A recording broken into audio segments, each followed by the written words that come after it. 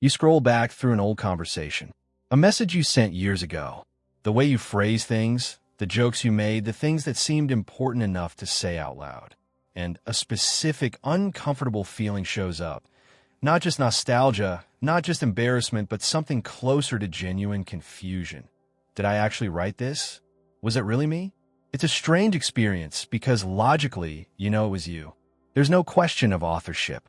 And yet something about reading your own past words can feel like reading a stranger's diary. Close enough to be unsettling, distant enough to feel like it belongs to someone else. This isn't just cringe, and it isn't simple embarrassment about outdated opinions or awkward phrasing. It's a specific psychological phenomenon called temporal self-discontinuity, and understanding it will change how you think about every version of yourself you've ever been, including the one reading this sentence right now. By the end of this video, you'll understand exactly why your past self can feel like a different person, why this feeling is actually evidence of psychological health rather than something to be ashamed of, and what it reveals about how your sense of self is actually constructed. Stay until the end, because the last part explains why this feeling tends to intensify around specific life transitions, not randomly. Let's start with a question most people never think to ask. What exactly is being compared when you read an old message and feel disconnected from it?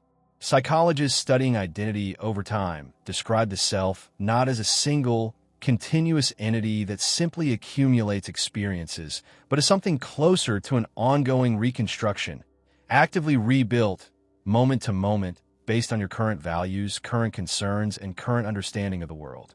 This is sometimes called the narrative self, not a fixed record of who you've been, but a constantly updated story about who you are, told from the vantage point of right now. Here's the critical implication.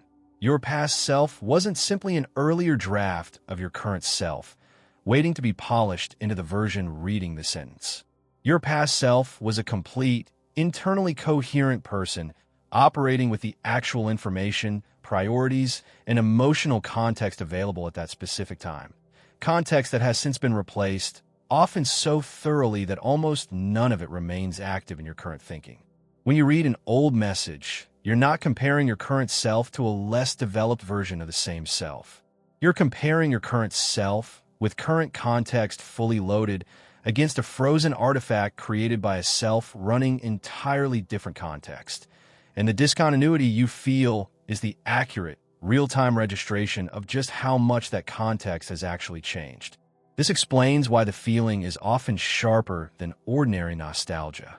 Nostalgia tends to involve a sense of continuity, a warm, that was me, and I remember it fondly quality.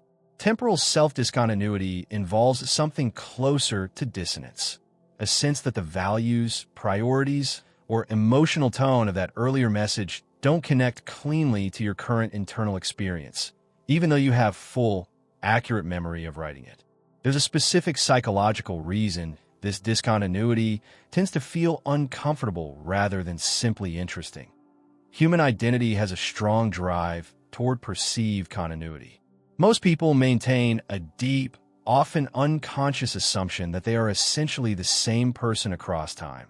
Same core values, same fundamental personality, just with more experience added. This assumption is psychologically useful. It allows you to make long-term commitments, maintain consistent relationships, and plan for a future self you trust will still. Recognize today's priorities. Old messages disrupt that assumption directly, providing concrete, undeniable evidence that the continuity isn't as solid as it usually feels. You can't argue with your own words. You can't reinterpret old context to make it match current values the way memory often allows you to do with vaguer recollections. The message is fixed, specific, and dated, a precise snapshot of a self that, in some real sense, no longer exists in the way it did when those words were written. Here's where this gets genuinely useful, rather than simply uncomfortable. This discontinuity is not evidence that you were wrong, foolish, or inadequate in the past. It's evidence that genuine psychological change actually occurred. A person who reread messages from 5 years ago and felt completely seamless continuity. No friction, no strangeness, no sense of distance. would actually be demonstrating something more concerning. A self that hasn't meaningfully updated its values, priorities, or understanding across an extended period of time. The discomfort you feel reading your old words is, paradoxically, proof that growth happened. The friction is the signature of an active, evolving identity, not a malfunctioning one. This reframe matters because most people interpret the discomfort backward. They read an old message, feel the disconnection, and conclude something like, I was embarrassing or I didn't know what I was talking about, treating the past self as a defective version of the current one. But the more accurate interpretation is structurally different. That earlier self was operating correctly, given everything available to them at the time. The discomfort isn't a verdict on their competence.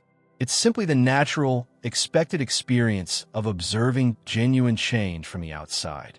There's a specific pattern worth naming about when this feeling tends to intensify because it isn't random. Temporal self-discontinuity becomes most pronounced around major life transitions, ending a relationship, changing careers, moving to a new place, recovering from a significant period of difficulty. These transitions function as identity reorganization points, where large portions of your value system and self-concept update relatively quickly in a concentrated period, rather than gradually over years. Messages or journal entries written shortly before a major transition often feel especially distant, precisely because they were written by a self operating under an entire framework that the transition subsequently dismantled.